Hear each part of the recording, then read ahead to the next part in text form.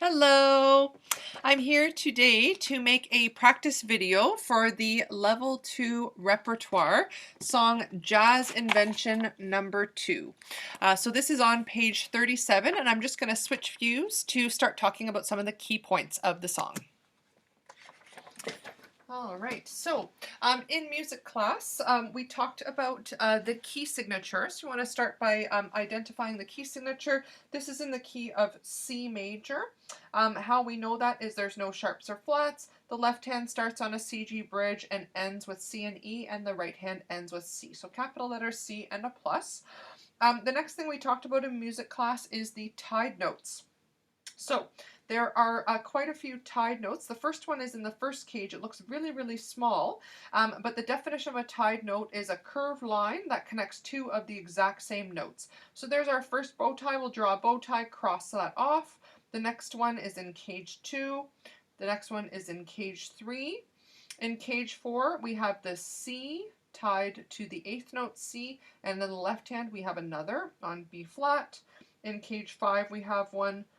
Cage 6, we have one in the right hand as well as the left hand. We have a tied bridge there at the very end as well.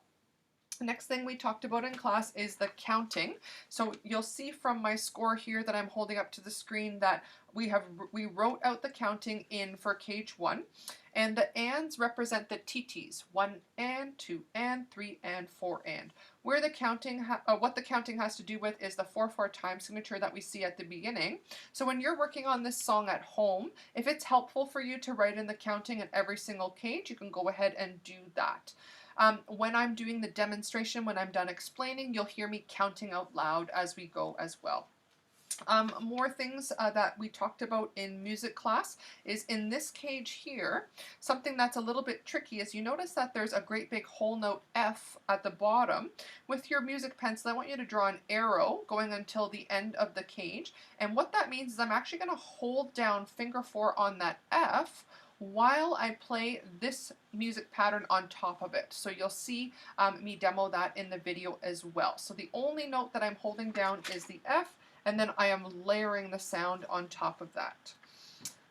Additionally, the same thing happens here where we have that great big whole note low down froggy C. So I actually want you to start your arrow from here.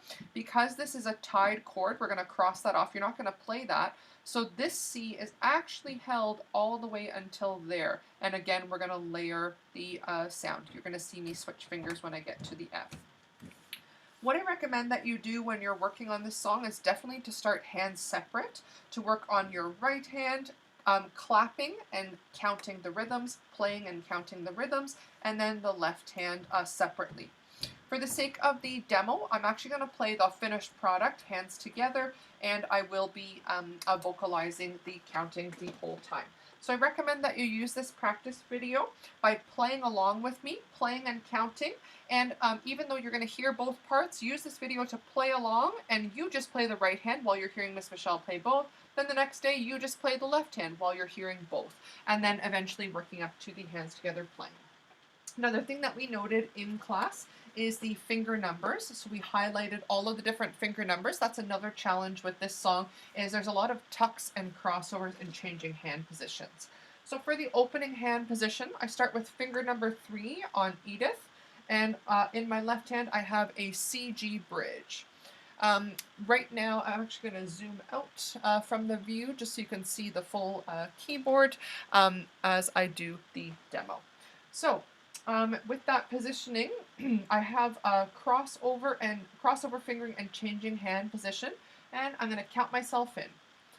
1 and 2 and 3 and 4 and 1 and 2 and 3 and 4 and 1 and 2 and 3 and 4 and 1 and 2 and 3 and 4 and 1 and 2 and 3 and 4 and 1 and 2 and 3 and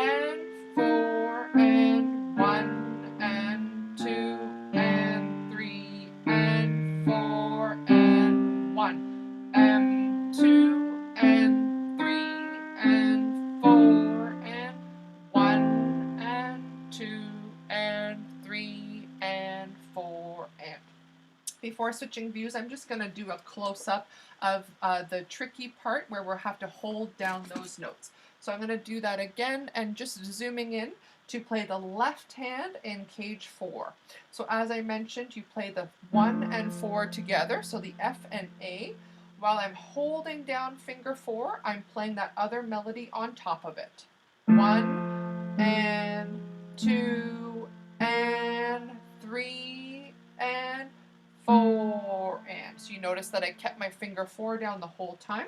I'll do a similar demo for the left hand here, where again we have that tricky part, starting in cage 6. 1 and 2 and 3 and 4 and 1 and 2 and 3 and, keeping my pinky on the C, 4 and 1 and 2 and 3 and 4 and. All right.